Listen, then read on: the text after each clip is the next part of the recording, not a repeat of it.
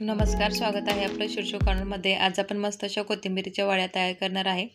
तर चला रेसिपीला सुरुवात करूया। इथं कोथिंबीरीला स्वच्छ धुवून बारीक चिरून घेतलेलं आहे। तर 2 वाट्या बारीक चिरलेली कोथिंबीर आहे। आपण एक वाटण तयार करून घेऊया। त्यासाठी 1 इंच आल्याचा तुकडा, 10 ते 12 लसणाच्या पाकळ्या, त्याचबरोबर 4 ते 5 हिरव्या मिरच्या घेतलेल्या आहेत। हिरव्या मिरच्या तुम्हाला जसं तिखट हवं असेल त्याच्यानुसार कमी जास्त करू शकता। अर्धा चमचा जिरे घेतलेले आहे। आता आपण हे बारीक करून घेऊया। तर तुम्ही हे मिक्सरला बारीक करून घेतलं तरीही चालेल। तर आपल्याला या पद्धतीने बारीक करून घ्यायचं आहे।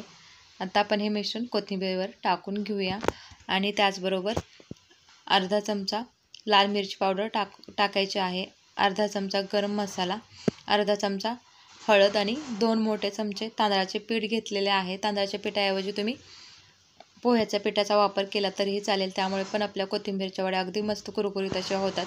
1 वाटी बेसन पीठ घेतलेला आहे आणि त्याचबरोबर चवीपुरतं मीठ आणि पांढरे तीळ घेतलेले आहेत। तर मी 1 मोठा चमचा पांढरे तीळ घेतलेले आहे। त्यातील आपण निम्मे तीळ इथं सुरुवातीला टाकून घेतलेले आहेत, नंतर थोडेसे आपण टाकणार आहे। तर इथं आपण बिना पाणी टाकता सुरुवातीला या पद्धतीने व्यवस्थित असं हे मिश्रण मिक्स करून घ्यायचं आहे आणि त्याच्यानंतर थोडं थोडं पाणी टाकून आपल्याला ह्याचा थोडंसं पातळ आपल्याला मिश्रण तयार करून घ्यायचं आहे। जर तुम्ही रोल करून जर पीठ वाफवणार असेल तर थोडंसं दाटसर ठेवायचं आहे आणि जर तुम्ही थापून बनवणार असेल तर या पद्धतीने आपल्याला हे मिश्रण तयार करून घ्यायचं आहे। आता इथं एक चाळण घेतलेली आहे। चाळणीला आपल्याला व्यवस्थित असं तेल लावून घ्यायचं आहे, त्यामुळे कोथिंबीर वडी ही खाली चिकटली जाणार नाही। आता आपण हे मिश्रण यावरती टाकून घेऊया आणि व्यवस्थित असं स्प्रेड करून घ्यायचं आहे। तर पूर्ण चाळणीमध्ये आपण हे मिश्रण पसरवणार नाही, तर थोडं एका साईडला मी पसरून घेतलेलं आहे या पद्धतीने। त्यामुळे आपल्या कोथिंबीरच्या वड्या थोड्याशा जाडसर आणि मस्त अशा होतात। व्यवस्थित असं पसरल्यानंतर त्याच्यावरती तीळ टाकून घेऊया। तिळामुळे कोथिंबीरच्या वड्या दिसायला छान दिसतात। तर इथं बघा आपलं पाणी पण उकळलेलं आहे। आता आपण त्याच्यावरती चाळण ठेवूया आणि व्यवस्थित असं झाकण ठेवून आपल्याला हे मिश्रण 10 ते 15 मिनटं चांगलं वाफवून घ्यायचं आहे।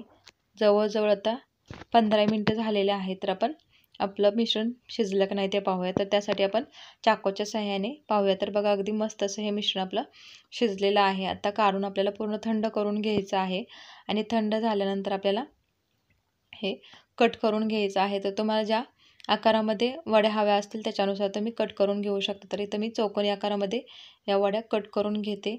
तर बघा आपल्या चाकूला अजिबात पीठ लागलेलं नाही, म्हणजे मिश्रण हे अगदी व्यवस्थित असं शिजलेलं आहे। जर व्यवस्थित असं शिजलं नसेल तर ते चाकूला पीठ चिकटलं जातं आणि वड्या पण व्यवस्थित अशा होत नाहीत। तर बघा इथं अगदी मस्त अशा ह्या आपल्या वड्या तयार झालेल्या आहेत, अगदी छान मस्त। तर आता आपण हे तळून घेऊया। तर त्यासाठी तेल गरम केलेलं आहे। तेल गरम झाले की आपण त्याच्यामध्ये वड्या टाकून घेऊया। सुरुवातीला जेवढ्या बसतील तेवढ्या वड्या एकदाच आपण याच्यामध्ये टाकून घेणार आहे। 1-2 मिनटं आपल्याला हलवायचं नाही आहे, असं ठेवायचं आहे आणि त्याच्यानंतर आपल्याला मग हे आलटून पलटून चांगलं व्यवस्थित असं तळून घ्यायचं आहे। तर बघा ह्या वड्या अजिबात तुटत नाहीत।